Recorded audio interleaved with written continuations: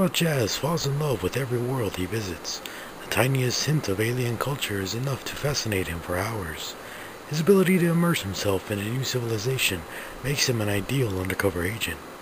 He blends in with the environment, absorbing every bit of data he can, and looks for the anomaly that tells him Decepticons are present. What is up, everybody? Will the Outlaw here, back with another Transformers review, and today we're going to be looking at, as you can see, Jazz, or Autobot Jazz, or as he is seen on the package as Special Ops Jazz. Now this guy is part of the brand new Reveal the Shield line, and they call it Reveal the Shield because, well, they brought back the rub symbol. As you can see, if you rub it, reveal his alliance right there, Autobot in this case, and I'm very glad that they were able to bring that back. I think that was one of the cool selling points of the original G1 figures that that I was kind of glad they brought into the Beast Wars era a little bit with the Spark Chip or whatever it was called, and unfortunately we did lose it for a couple of years, but I'm glad that they're able to bring it back, and along with some new G1 characters that we've been longing for quite a while. So now Jazz himself is very reminiscent of his original G1. When I say reminiscent, I mean that he has the same color, the number 4. He's not a Porsche. He is somewhat of an amalgamation of a small coupe and a sports car. It's a very nice little car, a race car. My only complaint with the vehicle mode is the fact that the spoiler is a little bit too high, but I think we can look past that.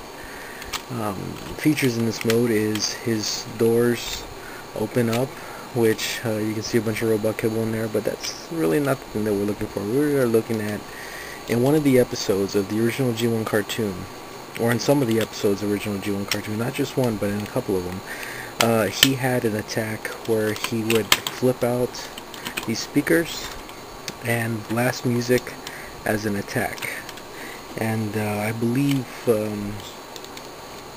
it was basically the same kind of music, like a rock guitar, jam out that he would blast out, and it would basically be like sonic booms blasting from these little speakers. So that's one of the things that everybody liked about him, was the fact that he was so cool, and in fact he was so cool that his attack was music. So kind of like the ultimate FU to the man, or to the establishment that was the Decepticons at the time, especially in the 80s when, anti-establishment was pretty high.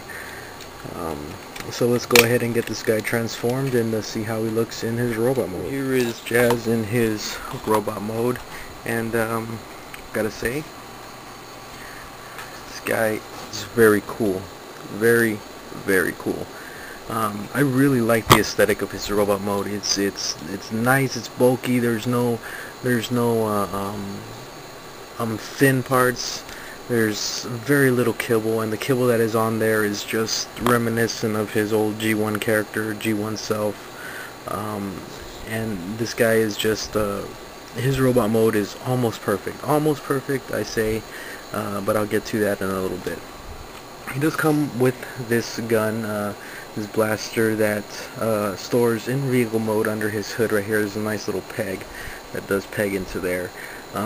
Now, most weapons that do fold up in the vehicle mode, they just flip out, or they, come out like this. The way this guy folds out is very unique. You just accordioning him out like that, and there's his gun.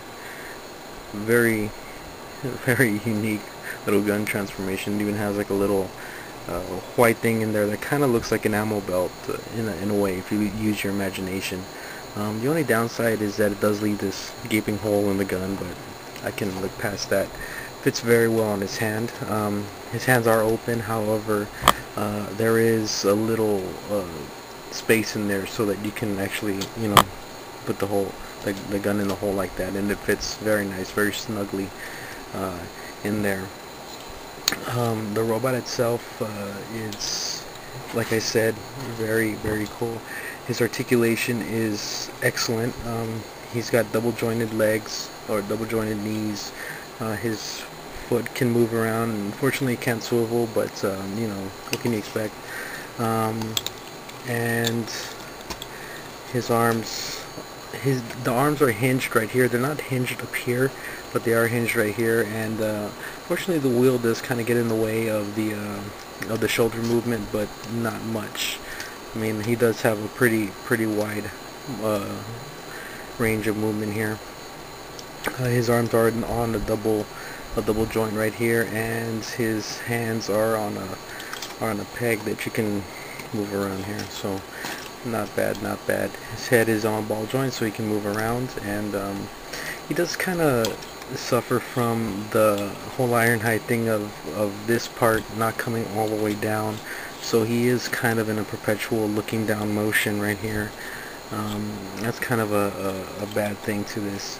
Another thing is that this part right here really doesn't peg in very well. I don't know if I'm transforming him wrong or whatever, but this part really doesn't peg down very well. So if you move it, you know, you run the risk of mistransforming him a little bit. One real cool thing is that his gimmick from vehicle mode does carry on over onto this robot mode. All you gotta do is just flip out his speakers, and there you go. He's got full-on jazz style blast mode, sticking it to Decepticon Man, and just get him in that pose, taking him out the way only Jazz can do it. So yeah. So bottom line, if you're a G1 fan, if you're a fan of any incarnation of Jazz as a character, then this guy is a must get. If not for anything, then for the rub symbol alone. The return of that gimmick is a very welcome one in my opinion. So yeah, he's definitely 100% buy, no questions asked. So there you guys go. Hope you all enjoyed, and take it easy.